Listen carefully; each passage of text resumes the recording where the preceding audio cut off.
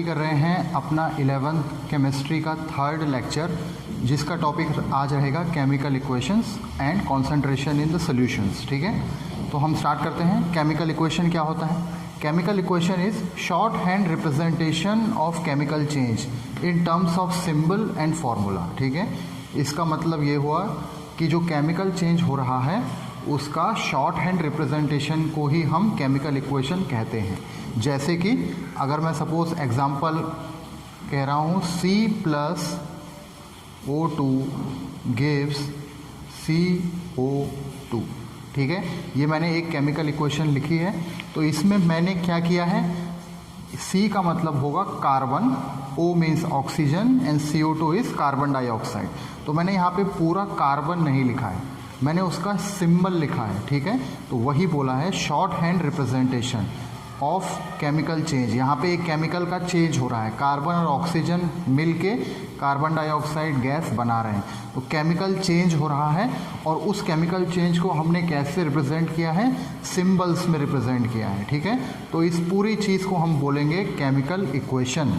ठीक है, इस केमिकल इक्वेशन में दो इम्पॉर्टेंट चीज़ हैं, रिएक्टेंट और प्रोडक्ट। रिएक्टेंट वो होता है substance which is consumed in reaction, जो रिएक्शन में खपत होती है। जो सब्सटेंस कंज्यूम होता है हमारे रिएक्शन में उसको हम रिएक्टेंट बोलेंगे। तो यहाँ पे ये दो कार्बन और ऑक्सीजन कंज्यूम हो रहे हैं, इनकी खपत हो रही है, तो इसीलिए ये दोनों क्या हो जाएंगे, रिएक्टेंट। और प्रोडक्ट क्या होते हैं, वो सब्सटेंस जो रिएक्शन में बनता है, जिसकी कॉन्सेंट्रेशन रिएक्शन में इंक्रीज होती है। तो ये प्रोडक्ट हमारा बन रहा है, तो इसीलिए इसको हम प्रोडक्ट बोलेंगे। ठीक है, तो ये दोनों हो गए आपके रिएक्टेंट और ये कहलाएगा आपका प्रोडक्ट। इसको हम ऐसे भी याद कर सकते हैं कि जो एरो साइन है, एरो से पीछे वाले जितने होंगे वो सारे रिएक्टेंट हैं, एरो से आगे वाले जितने होंगे वो सारे प्रोडक्ट कहलाएंगे। ठीक है, अब एक नया टर्म आएगा, लिमिटिंग रिएजेंट। ये क्या होता है? Limiting reagent is defined as reactant which gets consumed first in chemical reaction. ठीक है, लिमिटिंग रिएजेंट हमेशा रिएक्टेंट में से ही कोई एक होगा। ठीक है, रिएक्टेंट में ही कोई एक लिमिटिंग रिएजेंट होगा और वो रिएक्टेंट जो कि कंज्यूम पहले कंज्यूम होगा उसको हम लिमिटिंग रिएजेंट कहेंगे। ठीक है, एग्जाम्पल से इसको समझ लेते हैं। जैसे सपोज हमारे पास कार्बन डाइऑक्साइड ऑक्सीजन का एग्जाम्पल था और सपोज हमने जो है हमने यहाँ पे इसको जो है, अगर ये हमने 2 मोल लिया है, कल मैंने मोल कंसेप्ट समझाया था, 2 मोल लिया है। हम जो हमारे केमिकल स्पीशीज़ होते हैं उसको मिलीग्राम किलोग्राम में वे नहीं करते हैं, हमेशा मोल्स में उसको कंसीडर किया जाता है। ठीक है, तो 2 मोल कार्बन लिया और 1 मोल अगर मैंने ऑक्सीजन लिया, ठीक है, तो इन दोनों में से पहले किसकी खपत होगी, पहले कौन कंज्यूम होगा, जिसका मोल कम है वो पहले ख़त्म हो जाएगा, यानी ऑक्सीजन यहाँ पर पहले ख़त्म होगा। इसीलिए ऑक्सीजन को यहाँ पे हम बोलेंगे लिमिटिंग रिएजेंट, क्योंकि ये कंज्यूम पहले होगा, कंज्यूम फर्स्ट, क्योंकि इसकी कंसंट्रेशन कम है। ठीक है, तो लिमिटिंग रिएजेंट हमेशा हम रिएक्टेंट में ढूंढेंगे। ठीक है, लिमिटिंग रिएजेंट हमेशा हम रिएक्टेंट में ढूंढेंगे और रिएक्टेंट में जिसका मोल कम होगा वही आपका लिमिटिंग रिएजेंट कहलाएगा। ठीक है, रेडी? ओके स्टूडेंट्स, अब हम आगे स्टडी कर रहे हैं। अगला टॉपिक है रिएक्शन इन द सॉल्यूशन। ठीक है, जब हम रिएक्शन को किसी सॉल्यूशन में करते हैं तो उसमें हम कुछ कॉन्सेंट्रेशन टर्मिनोलॉजी यूज़ करते हैं। अब हम उस टर्मिनोलॉजी के बारे में थोड़ा स्टडी करेंगे। Concentration in the solution is expressed in following veg. Number 1 है मास परसेंटेज। ठीक है, मास परसेंटेज क्या होगा? Mass percentage is mass of solute in 100 grams of solution. ठीक है, सॉल्यूट का मास 100 ग्राम के सॉल्यूशन में कितना है उसको हम मास परसेंटेज बोलेंगे। तो यानी सॉल्यूट का मास भी हम ग्राम्स में लेंगे, सॉल्यूशन का मास भी हम ग्राम्स में लेंगे और उसको 100 से मल्टीप्लाई कर देंगे तो वो आपका मास परसेंटेज आएगा। इसमें 2 नए टर्म्स आए हैं, सॉल्यूट और सॉल्यूशन। इसको कैसे अंडरस्टैंड करेंगे? सपोज हमने सॉल्ट लिया, नमक। ठीक है, ये मैंने आपका नमक लिया हुआ है और इसको मैंने डिसॉल्व किया है वाटर में। वाटर, ये बीकर है, बीकर में मैंने वाटर लिया, ठीक है। नमक को मैंने वाटर में डिसॉल्व कर लिया, तो क्या बनेगा हमारा, एक पूरा नमक और पानी का सॉल्यूशन बन जाएगा, ठीक है। इसमें दोनों चीज़ें हैं, नमक और वाटर, ठीक है। तो जिस चीज़ को मैंने डिसॉल्व किया वो कहलाएगा सॉल्यूट, ठीक है। जिसको मैंने डिसॉल्व किया सॉल्ट, तो यानी मैंने यहाँ पे सॉल्ट को डिसॉल्व किया है तो वो सॉल्यूट कहलाएगा। और जिस चीज़ में डिसॉल्व किया है वो हो जाएगा सॉल्वेंट, ठीक है। जिस चीज़ को डिसॉल्व किया वो सॉल्यूट और जिस चीज़ में डिसॉल्व किया वो सॉल्वेंट। और जो फाइनल प्रोडक्ट हमारा बन के आया यानी सॉल्यूट और सॉल्वेंट को मिक्स करके जो आता है उसे कहते हैं सॉल्यूशन, ठीक है। तो इसको ऐसे समझेंगे यहाँ पे, ठीक है। तो सॉल्यूट क्या होता है, सॉल्वेंट क्या होता है, सॉल्यूशन क्या होता है, ये आप यहाँ से समझ सकते हैं।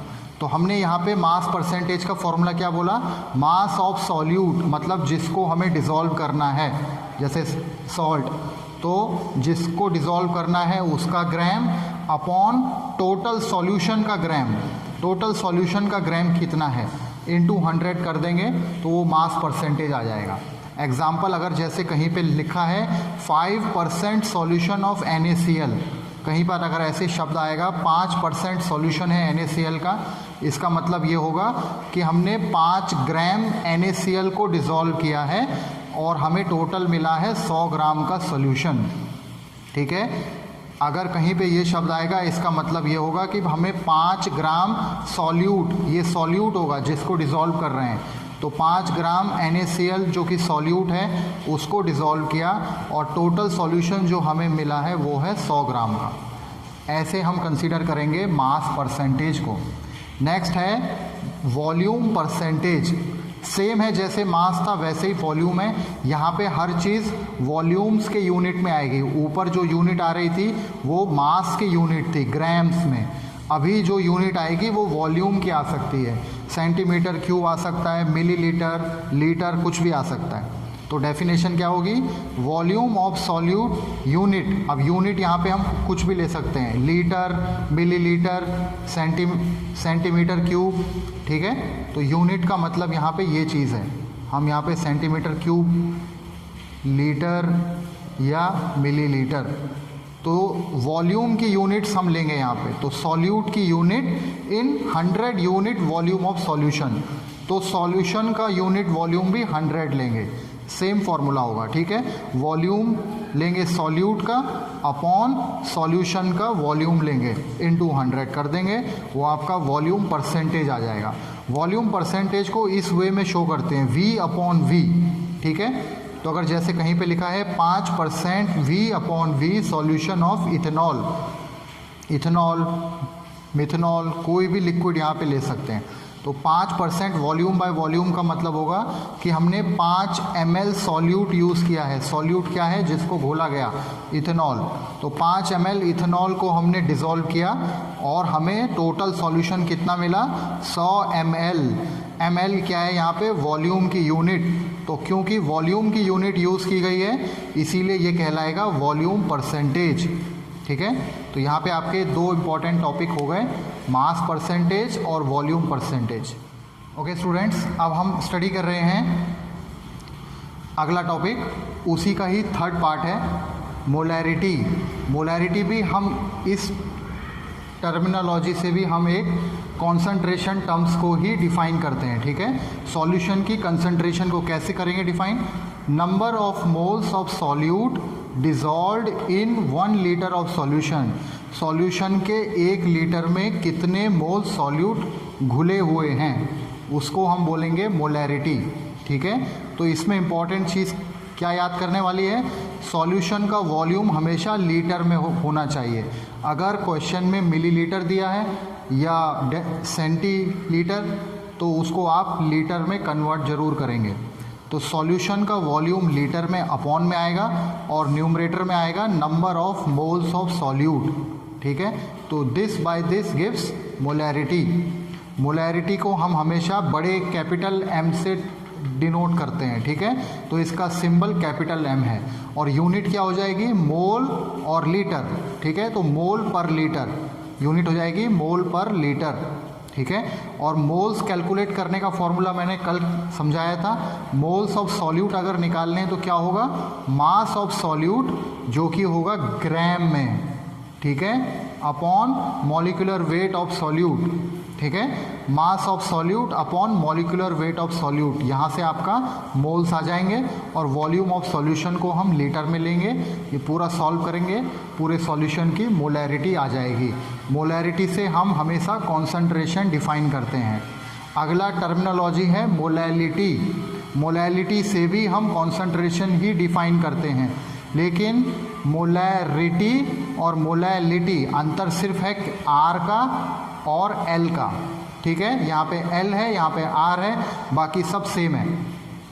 तो मोलैलिटी का डेफिनेशन क्या है, number of moles of solute dissolved पर 1000 ग्राम ऑफ सॉल्वेंट, ठीक है। 1000 ग्राम यानी कि 1 किलो, 1 किलो सॉल्वेंट में कितने मोल सॉल्यूट के घुले हुए हैं। अब अंतर क्या देखने वाला है, यहाँ पर सॉल्वेंट की बात हो रही है, जबकि ऊपर जो हम मोलैलिटी देख रहे थे वहाँ पे सॉल्यूशन की बात थी, ठीक है ना। तो ये अंतर है, डेफिनेशन लिखते वक्त इस बात का ध्यान रखेंगे।